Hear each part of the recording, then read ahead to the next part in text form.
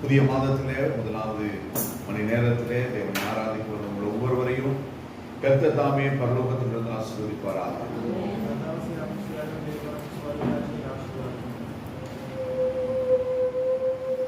மூன்று மாதங்கள் கர்த்தர் நம்மோடு கூட நம்மை நடத்தியிருக்கிறார். நான்காவது மாதத்தின் முதலாவது நாளிலே கர்த்தர் நமக்கு ஜீவனை தந்து தேவ சமூகத்தில் அழைத்து ஜீவன் கொடுத்து அநேகர் இந்த நாளிலே தேவ சமூகத்தை அசட்டை பண்ணியிருக்கிறார். மற்ற காரியங்களுக்கு எல்லாம் நாங்கள் முக்கியத்துவம் கொடுக்கிறோம். ஆனால் தேவனுக்கு மாத்திரம் நாங்கள் கொடுக்கிறதில்லை. நானுடைய சத்திய வேதம் திட்டமும் தெளிவுமாய் சொல்லுகிறது. மாதத்தின் முதல் நாளிலே மாத பிறப்பிலே நாங்கள் தேவ சமூகத்தில் இருக்க வேண்டும் என்பதால் சபை கூடுதலை விட்டு விடாதிருங்கள் என்று வேதம் சொல்லுகிறது. சபை கூடி வரும் அவ்வளவு நாளிலும் சபை மக்கள் ஜீவனோடு கூட இருப்பார்கள். ஆனால் சபை அவர் கூடி வர வேண்டும். அதில் மாதத்தின் முதலாவது நாளிலே தேவ சமூகத்தில் இருக்க வேண்டும். அப்படிதான் வேதத்திலே நாங்கள் வாசிக்கிறோம். அதுதான் சத்தியமும் கூட. முதலாம் தேதி தானே, வாக்குத்தத்த ஆராதனை தானே, அது முக்கியமில்லை என்று சொல்லி யாரும் அதை நிராகரிக்க முடியாது. ஏனென்று சொன்னால் அது செய்யும்படியா வேதத்தில் இருக்கிறது. அதை தான் நாங்கள் செய்கிறோம். அப்ப அந்த மாதம் முழுவதற்குமான ஒரு வசனத்தை கர்த்தரிடத்திலிருந்து நாங்கள் பெற்றுக் கொள்கிறோம். அந்த வசனத்தின்படிதான் கர்த்தர் நடத்துவார் என்று இல்லை. ஆனால் அந்த வசனம் அந்த முதலாவது நாளிலே நமக்கு கிடைக்கிறது ஒரு ஆசீர்வாதம். அதன் பிரகாரம் இந்த நாளிலும் கர்த்தர் நம்மோடு கூட பேசும்படியாக யாத்ராகமத்தின் புத்தகம் 33வது அதிகாரம் 22வது வசனத்தை தேவன் கொடுத்திருக்கிறார். நிக்மியாமி கிறிஸ்துவின் விசிதைகள் யாத்ராகமம் 33:22. என் மகிமை கடந்து போகும் போது நான் உன்னை அந்த கண்மணியின் வெடிப்பிலே வைத்து நான் கடந்து போகும் மட்டும் என் கரத்தினால் உன்னை மூடுவேன். එවිට මාගේ තේජස නුඹ පසු කර යන කල එවිට මගේ තේජස නුඹ පසු කර යන විට මම නුඹ පර්වතයේ විවරයන්හි තබා මම නුඹ පර්වතයේ විවරණයේ තබා මා නුඹ පසු කර යනතුරු මාගේ අතින් නුඹ වසන්නෙමි. මාගේ අතින් නුඹ වසන්නෙමි. ஆண்டவர் என்ன சொல்றாரு? என் கரத்தினால் உன்னை மூடுவேன். ஆண்டவருடைய கரத்தினால் என்னை மூட வேண்டுமானால் நான் என்ன செய்யணும்? என்ன செய்யணும்? ஆண்டவரிடத்தில் இருக்கணும். அங்க இருக்கும் போது எனக்கு அங்க வந்து மூட முடியாது. அங்க வந்து எனக்கு தொட முடியாது. தேவனால் முடியும். ஆனால் தேவன் நம்மை அவர் வேதம் சொல்லுகிறது நாம் தேவ சாயலாய் உண்டாக்கப்பட்டவர்கள். அப்ப தேவன் ஒரு நம்மை போல் இருக்கிறார். அப்ப தேவன் நம்மை போல இருந்து நம்மை தொட வேண்டுமானால், நம்மை ஆசீர்வதிக்க வேண்டுமானால் நாம் தேவனோடு இருக்க வேண்டும். ஆதாமை மேவாளையும் ஆண்டவர் உண்டாக்கி ஏதேன் தோட்டத்தில் அவருடைய ஸ்தானத்தில் வைத்தது நிமித்தமாய் அவர் குறிச்சியான நேரத்திலே அவர் வைத்த இடத்தில் அவர் இருந்தது நிமித்தமாய் வந்தார் பார்க்கும்படியாக. அப்ப ஒன்றை நாம் புரிந்து கொள்ள வேண்டும். தேவன் நம்மை வைத்திருக்கிற இடத்திலே, தேவன் நம்மை இருக்க சொன்ன ஸ்தானத்திலே, தேவன் இடத்திலே நாங்கள் இருக்கும் பொழுது தேவன் நம்ம இடத்திலே வந்து நம்மை ஆசீர்வதிக்கிறவர். ஆண்டவர் சொல்லுகிறார், என் மகிமை கடந்து போகும்போது நான் உன்னை இந்த கண்மணியின் விழிப்பிலே வைத்து. ஆண்டவர் நம்மை ஒரு இடத்திலே வைத்திருக்கிறார். அவர் வைத்த அந்த கண்மணியின் இடத்திலே நாங்கள் இருக்கும் பொழுது நான் கடந்து போக மட்டும் என் கரத்தினால் உன்னை மூடுவேன் என்று சொல்லி ஆண்டவர் சொல்கிறார். அப்ப ஆண்டவருடைய கரம் என்னை மூட வேண்டுமானால் அவருடைய கரம் என்னை நடத்த வேண்டுமானால், அவருடைய பாதுகாப்புக்குள் நான் இருக்க வேண்டுமானால், அவர் எந்த ஸ்தானத்திலே வைத்திருக்கிறாரோ, எந்த கண்மனையின் வெடிப்புக்குள் வைத்திருக்கிறார், அந்த இடத்துல நாம் இருக்க வேண்டும். அப்படி இல்லைனாலும் கர்த்தருடைய கிருபை இருக்கிறது. ஆனா அந்த கிருபை எவ்வளவு நாளைக்கு இருக்கும்ன்றதுதான் தெரியாது. ஏனென்றால் ஆண்டவருடைய வேதம் தெளிவாக சொல்லுகிறது, கிருபையை போக்கடிக்காதிருப்பீர்களா.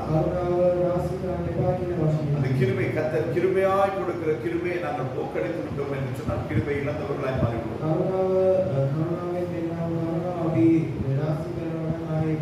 இந்த நாளிலே அநேகர் கிருபையின் விளிம்பிலே வாழ்ந்து கொண்டிருக்கிறார்.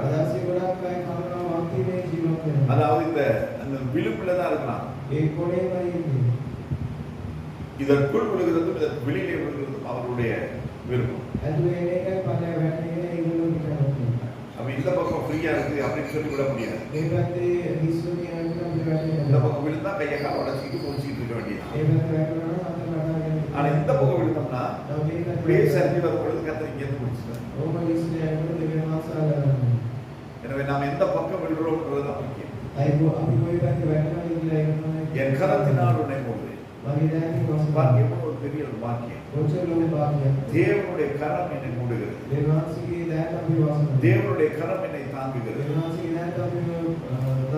தேவனுடைய கரம் என்னை அரவணைக்கிறது. தேவனுடைய கரம் என்னை பராமரிக்கிறது.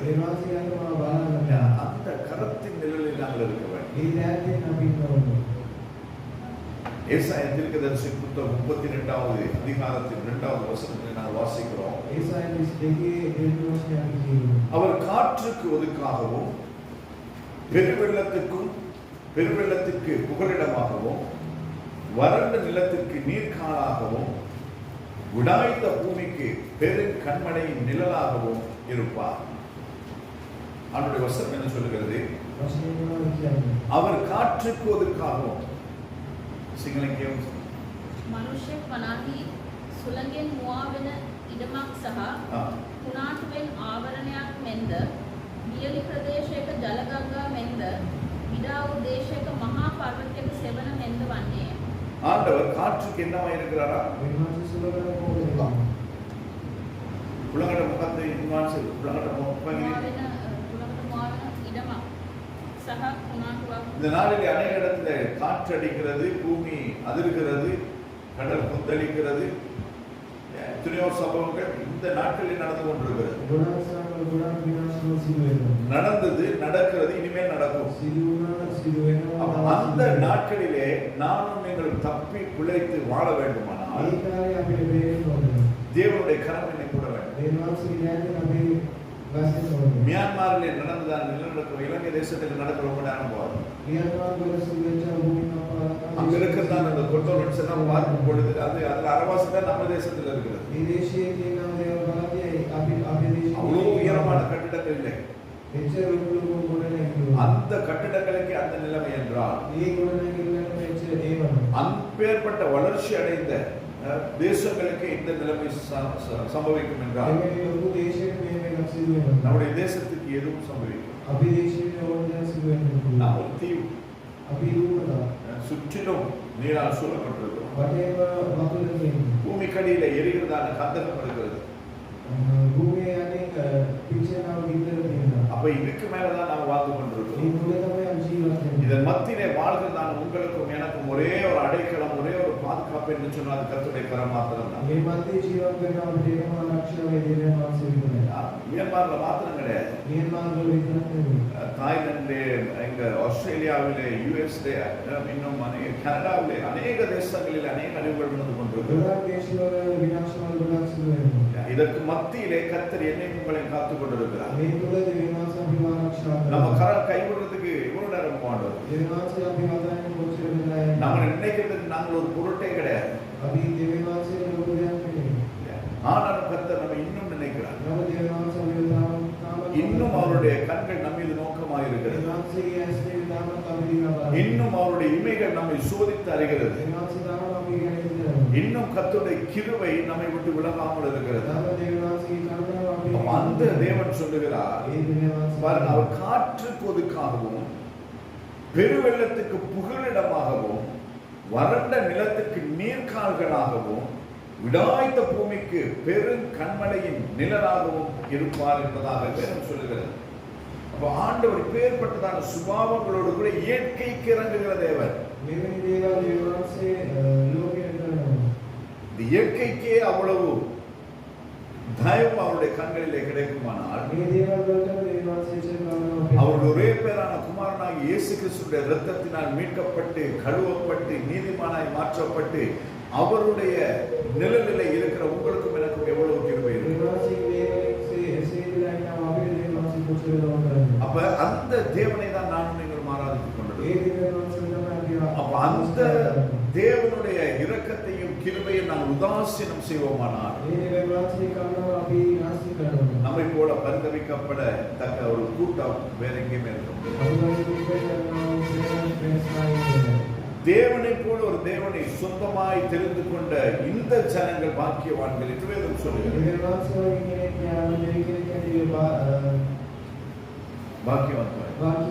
அதே போல அவருடைய இரக்கத்தை விட்டு நாங்கள் வெளியிலே போய் விடுவோமானால்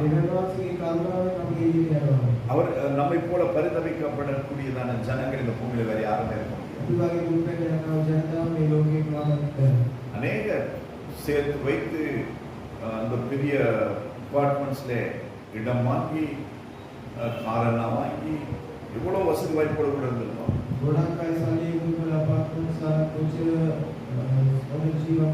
ஒரே நடுக்கம் தான், அவ்வளவு மண்ணோடு மண்ணாய் போய்விட்டது. அதுக்குள்ள எத்தனை பேர், அதாவது அவர்களுடைய சாதாரண கணக்கெடுப்பு 17 மில்லியன் இவ்வளவு பேர் செத்துருக்கோம். அந்த அபார்ட்மெண்ட்ல இருந்தவங்க எத்தனை பேர் ஜீவனை விட்டார்கள். அது அப்படியே சரிந்து விடும் பொழுது அக்கம் பக்கத்தில் இருந்தவர்கள் எத்தனை பேர் மறுத்தார்கள் தெரியாது. கார்ல போயிட்டு இருந்தவங்க எத்தனை பேர் மறிச்சாங்க. நிலம் பிளந்து உள்ள விழுந்து எத்தனை பேர் மறிச்சாங்கன்னு தெரியாது. இது எல்லாமே அன்னளவாய் தான் கணக்கு கொடுக்கிறார்கள் ஒழிய சரியான கணக்கு யாராலும் கொடுக்க முடியாது. சரியான கணக்கு யாரிடத்தில் இருக்கிறது என்றால் தேவனிடத்தில். ஏனென்று சொன்னால் அவர் சொன்னார், தலைமயிர் எல்லாம் எண்ணப்பட்டிருக்கிறது. குளிச்சுட்டு வந்தீங்கன்னா குளிக்காம தலை சீவனீங்களா சீவலையா? சீவும் போது எத்தனை முடி அளவு இருக்கும். எண்ணி பார்த்துருக்கீங்களா? ஆனால் விழுவ ஒவ்வொரு முடியும் என் ஆண்டவர் எண்ணி வைக்கிறேன். ஆண்டவர் சொல்ல, உங்களுடைய பேரெல்லாம் என் கரத்தில் எழுதப்பட்டிருக்கு. உன்னை தொடுகிறவன் என் கண்மணியை தொடுகிறான். இதுதான் நம்முடைய தேவன். இந்த தேவனை நாங்கள் அலட்சியம் செய்வோமானால் வேற நம்ம வாய்ப்பே கிடையாது. நம்மை போல் பரிதவிக்கப்பட தக்க ஜனங்கள் வேறு யாருமே. கர்த்தர் நமக்கு ஈவாய் கிருபையாய் கொடுக்கிற ஒவ்வொரு நொடியையும் நாங்கள் பயன்படுத்திக் கொள்ள வேண்டும். எதற்கு பயன்படுத்தணும்? அவரை கிட்டி சேர்கிறது. அவருடைய கரம் என்னை மூடுகிறது. இன்னைக்கு ஜனங்கள் எல்லாம் என்ன செய்யறாங்க? இந்த கரத்தை விட்டு வெளியிலே போய் ஆசையை சேர்க்கிறார்கள், அறிவை சேர்க்கிறார்கள். இதெல்லாம் தேவையானதுதான். ஆனா அவை எல்லாவற்றையும் காட்டிலும் உழைக்க தேவையான திறனை கொடுக்கிற கர்த்தரை நாம் தேட வேண்டும். ஞானத்தை போதிக்கிற கர்த்தரை நாம் தேட வேண்டும். காலையிலேயே எழும்பி வீட்டு வேலைகளை செய்யத்தக்கதாக ஜீவனையும் பலனையும் கொடுத்த கர்த்தரை நாம் தேட வேண்டும். இல்ல வேலைக்கு கண்ணிலிருந்து வேலைக்கு பொறுப்பு வாரம் வருகிறாங்க, காடியில இருந்து வாரம் வருகிறாங்க, இன்னும் எவ்வளவு தூரத்துல இருந்து வாரம் வருகிறாங்க. அப்ப உங்களுக்கு வேலைக்கு கிளம்பி அவ்வளவு தூரம் வர முடியும்னா என் கர்த்தருடைய ஆலயத்துக்கு ஏன் வர முடியாது? என் கர்த்தரை தேட முடியாது.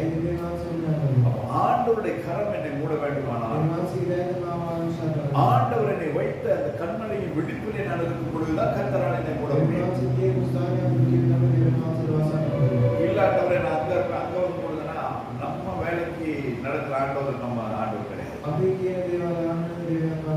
நிறைய பேர் வந்து ஆண்டவர் வேலைக்காரனை தான் வச்சிருக்கிறாங்க. நிறைய பேர் தரகரை வச்சிருக்கிறாங்க. கம்போ நிறைய பேர் வந்து என்னது அவரோட ஏடிஎம் யூஸ் பண்றாங்க. எல்லாம் ஆண்டவர் செய்வார். ஆனால் என்று நாம் ஆண்டவராய் பார்க்கிறோம், என்று ஆண்டவரை தகப்பனாய் நாங்கள் பார்க்கிறோம், உணர்வு கொள்கிறோம், அன்றுதான் கர்த்தனாய் நமக்கு செயல்படும். கூப்பிடுகிற காக்கை குச்சிக்கு ஆகாரத்தை கொடுக்கிற தேவன். இந்த பூமியில இருக்கிற மனுஷரை பாதுகாக்க மாட்டாரா? என்ற வேதம் அப்படிதான் சொல்லுது. ஏசாயா 25:4 நாங்கள் பார்க்கிறோம், கொடூரமானவர்களின் சீரல் மதிலை மோதி அடிக்கிற வெள்ளத்தை போல் இருக்கையில் நீர் ஏழைக்கு பலனும் நெருக்கப்படுகிற எளியவனுக்கு திடனும் பெருவெள்ளத்துக்கு தப்பும் அடைக்கலமும் வீலுக்கு ஒதுங்கும் நிழலுமாய் மாறினேன். வசனம் மாணவர் எப்படி இருக்கிறாரா?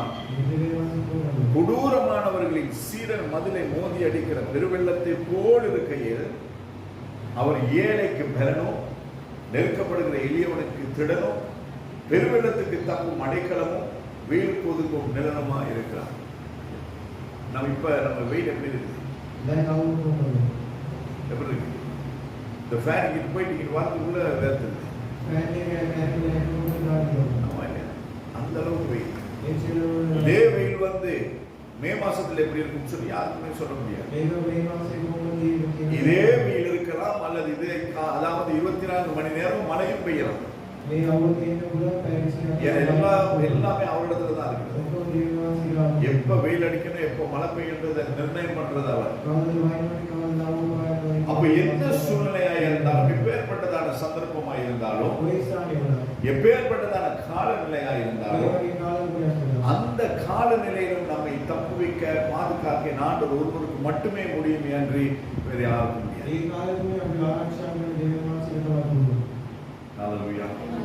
91வது சங்கீதத்தின் 1வது வசனத்தை நாங்கள் வாசிக்கிறோம்.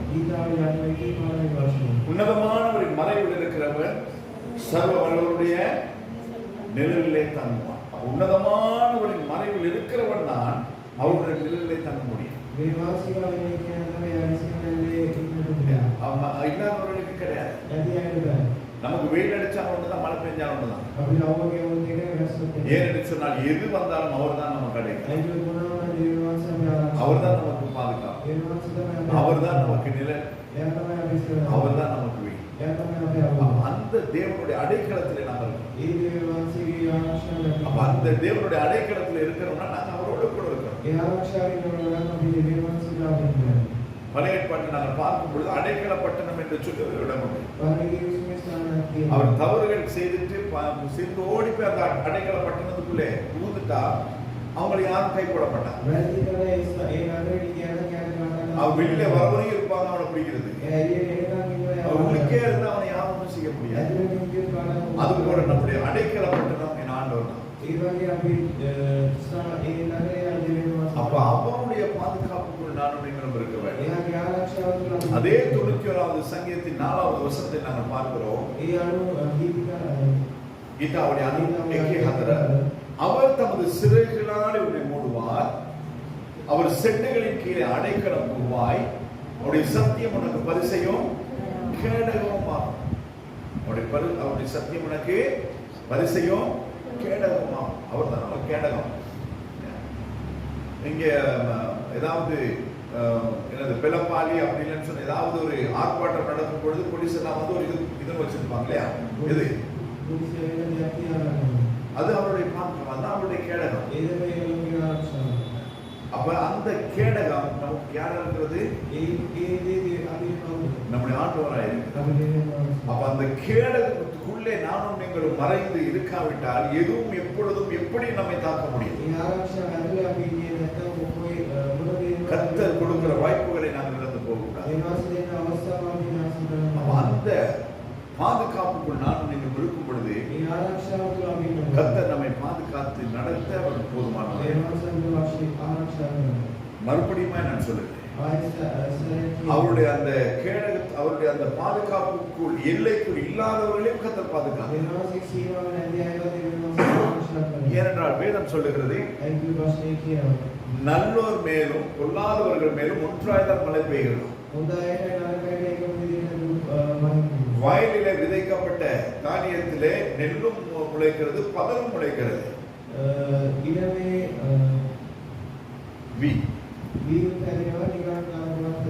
அது அந்த ரெண்டையும் ஆண்டவர் வச்சுட்டார். அப்படியே எதற்காய் வைத்து வைக்கிறார்?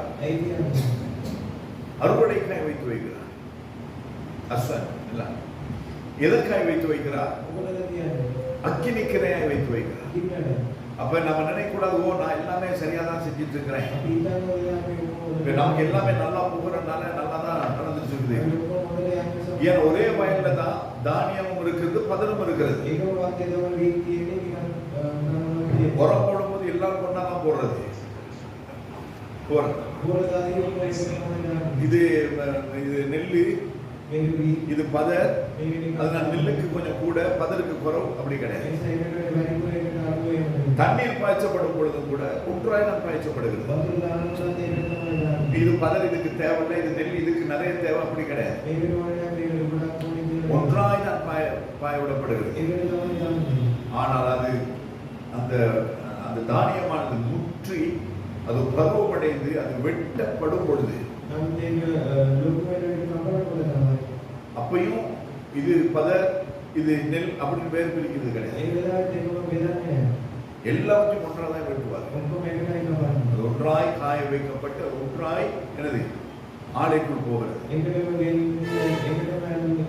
ஆனால் பயிர் அதிலிருந்து தன்னுடைய தானியத்தை கொடுக்கிறது. ஆனால் பதர் கொடுக்கிறது ஒன்றுமே கிடையாது. அதனால் என்ன செய்கிறது?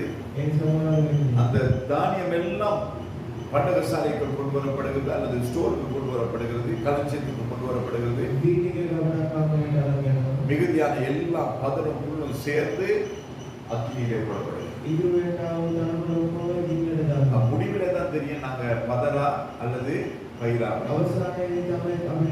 இன்னைக்கு நம்ம சொல்லலாம், நான் பச்சையா தான் இருக்கிறேன், எனக்கு ஏதோ ஒன்று அப்படி முளைச்சிருக்குது. ஆனா முளைச்சதுக்குள்ள என்ன இருக்கிறது தான் நிறைய பேருக்கு தெரிய மாட்டேங்குது.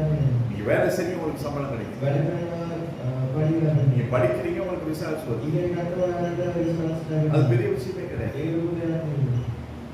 ஆனால் நீங்கள் கர்த்தரால் போதிக்கப்பட்டீர்களா? அதான் நீங்கள் கர்த்தர் கொடுத்த வேலையை நீங்கள் செய்கிறீர்கள். அது கர்த்தர் கொடுக்கிற ஆசீர்வாதத்தோடு கூட வேதனையை கொடுத்தார். பாவம் செய்து சம்பாதிக்க வேண்டிய அவசியமே கிடையாது. நாங்க அதையும் கொடுத்து பாஸ் பண்ண வேண்டிய அவசியமே கிடையாது. நாங்க கர்த்தர் நியமித்த ஸ்தானத்தில் இருப்போம். கர்த்தர் நம்ம வித்தியாசம் தெரியும். கனிகளினால் நாங்கள் அறியப்படுவோம்.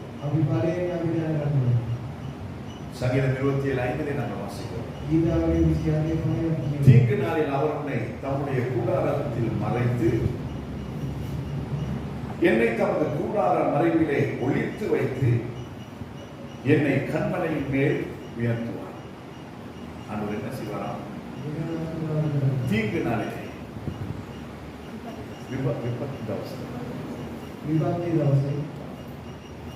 பொல்லாப்பு ஏற்படுகிற நேரத்தில், தீங்கு வரும் காலத்திலே குறைவுகள் ஏற்படும் பொழுது, நிந்தனைகள் அவமானங்கள் நம்மை சூழ்ந்து கொள்ளும் பொழுது, கர்த்தர் நமக்காக யுத்தம் பண்ணுகிறவர். வசனம் சொல்லுகிறது, தீங்கு நாளில் அவர் என்னை தம்முடைய கூடாரத்தில் மறைத்து. நமக்கு தீங்கு ஏற்படும் பொழுது நம்ம எங்க இருக்கிறோம்? எங்க இருக்கிறோம்? நம்ம வீட்டில் இருக்கிறோம் நினைக்கிறோம். ஆனால் அந்த இடம் அது தேவனுடைய கூடாரமாய் மாறுகிறது. எப்படி மாறுகிறது? அந்த வீட்டிலே தேவனுடைய ஜெபம் இருக்கிறது, அந்த வீட்டிலே தேவனுடைய துதி இருக்கிறது, அந்த வீட்டிலே தேவனுடைய புகழாரம் பாடப்படுகிறது, அந்த வீட்டிலே தேவ தூதர்கள் இருக்கிறார்கள், அந்த இடத்துல தேவ பிரசன்னம் இருக்கிறது. தேவனுடைய அந்த ஸ்தானம் அவருடைய கூடாரமாய் மாறுகிறது. அப்ப வெள்ளமோ நிலநடுக்கமோ புயலோ போராட்டமோ குறைவோ எது ஏற்பட்டாலும் நாங்கள் இருக்கிறது தேவனுடைய கூடாரத்தின் மறைவில். என்னை தமது கூடார மறைவிலே ஒழித்து வைத்தார். அவர் நம்முடைய கூடாரத்தில் மறைக்கிறது மாத்திரமல்ல, அவர் கூடார மறைவிலே ஒழித்து வைக்கிறார். நிறைய அம்மா என்ன பண்ணுவாங்கன்னு சொன்னா, மிச்ச காசு ஒழிச்சு வைப்பாங்க. இப்ப அம்மாவா இருக்கு ஒழிக்கிறது, அப்பா அம்மா தான் ஒழிக்க வேண்டியதா.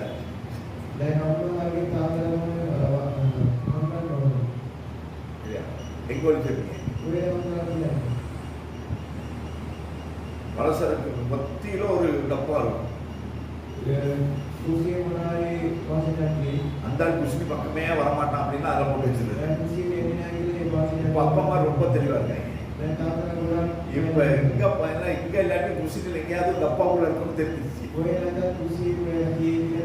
முன்ன சாரிக்குள்ள சொல்லிடுவாங்க, இல்லைன்னா அதுக்குள்ள ஒரு பேப்பர் அதுக்குள்ள சொல்லி வைக்கிறது.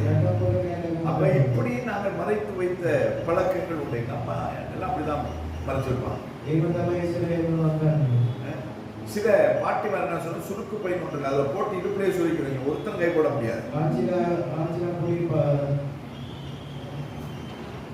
பொடி மல்லா போய் அப்படி இல்லைன்னு சொன்னா முந்தானையில ஒரு மூளையில வச்சு முடிச்சு அப்படி உள்ள சொல்லிடுவாங்க. இப்ப எங்க ஆட்சிமார் சாரி கட்டுறாங்க. இப்ப எல்லாருமே நைட்டில போட்டுக்கிட்டு சாரி கட்டு ஆட்சிமாரே இப்ப பார்க்க முடியாது.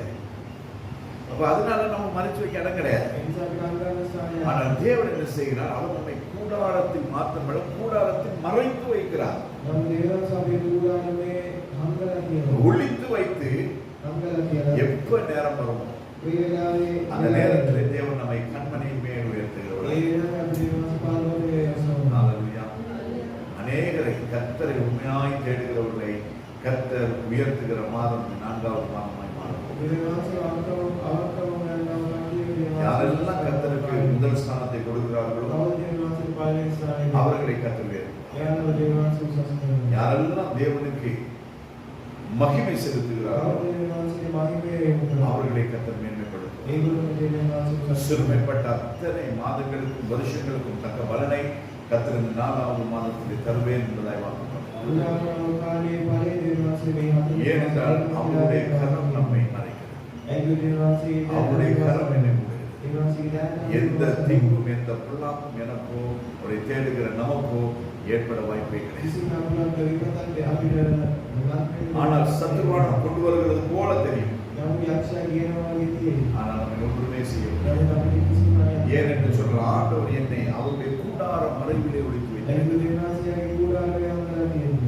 அவ்வளோ பேர் இருந்தாலும் இந்த காலை நேரத்திலே தேவனை ஆராதிக்க வந்த ஒவ்வொருவரையும் கர்த்தர் தனித்தனியாக அவருடைய கூடார மறைவிலே ஒழித்து வைத்தார்.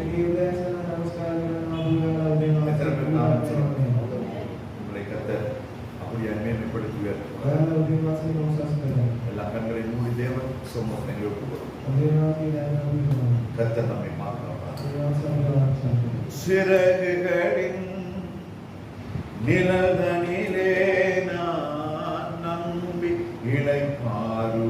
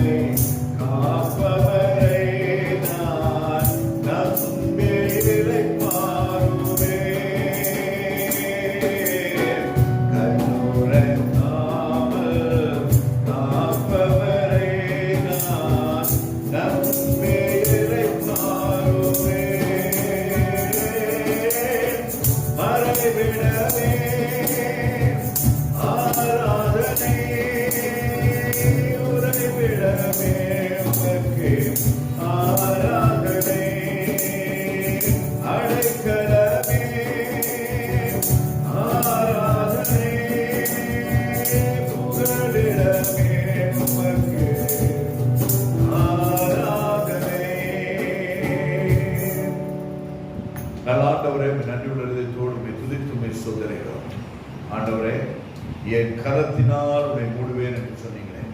இந்த நாளிலே உடைய வார்த்தையை கேட்ட உடைய சமூகத்தில் அமர்ந்திருக்கிற உடைய பிள்ளைகள் ஒவ்வொருவரையும் தனித்தனியாக உடைய கரத்தின் நிழலில் ஆணை மூடி என் ஆண்டுடைய கண்மனையின் விழிப்பிலே வைத்து உடைய கூடார மலையிலே அவர்களை ஒழித்து ஏற்ற வேலையிலே கண்மலையின் மேல் உயர்த்தி அவருடைய அழகு பார்க்கும்படியாக நான் ஜெபித்தேன். பிதா குமாரன் பரிசுத்தாவிய திரியேக தேவனுடைய நாமத்தினாலே நான் ஆசீர்வதிக்கிறேன். தேவனை நீர் ஆசீர்வதிக்கிறார். என்னை பார்த்து நீர் அநேக காலங்கள் கொண்டதாய் சொன்னேன். சிநேகிதனாய் தீர்க்கதரிசியாய் ஊழியக்காரனாய் ஆசீர்வதிக்கிறவனை ஆசீர்வதிப்பேன் என்று சொன்னேன். இது என்னை கேட்கிற உடைய பிள்ளைகள் விசேஷமாக இந்த நாளிலே இந்த காலை ஆராதனையிலே வந்த ஒவ்வொருவரையும் கதிர் ஆசீர்வதித்து உயர்த்தி மேற்கப்படும். சிறுமை மாறட்டும், குறைவுகள் அகன்று போகட்டும், தீங்குக்கு தப்புவையும் உடைய கரத்தின் நிழல் உடைய பிள்ளைகளோடு கூட இயேசு கிறிஸ்துவின் மூலமாய்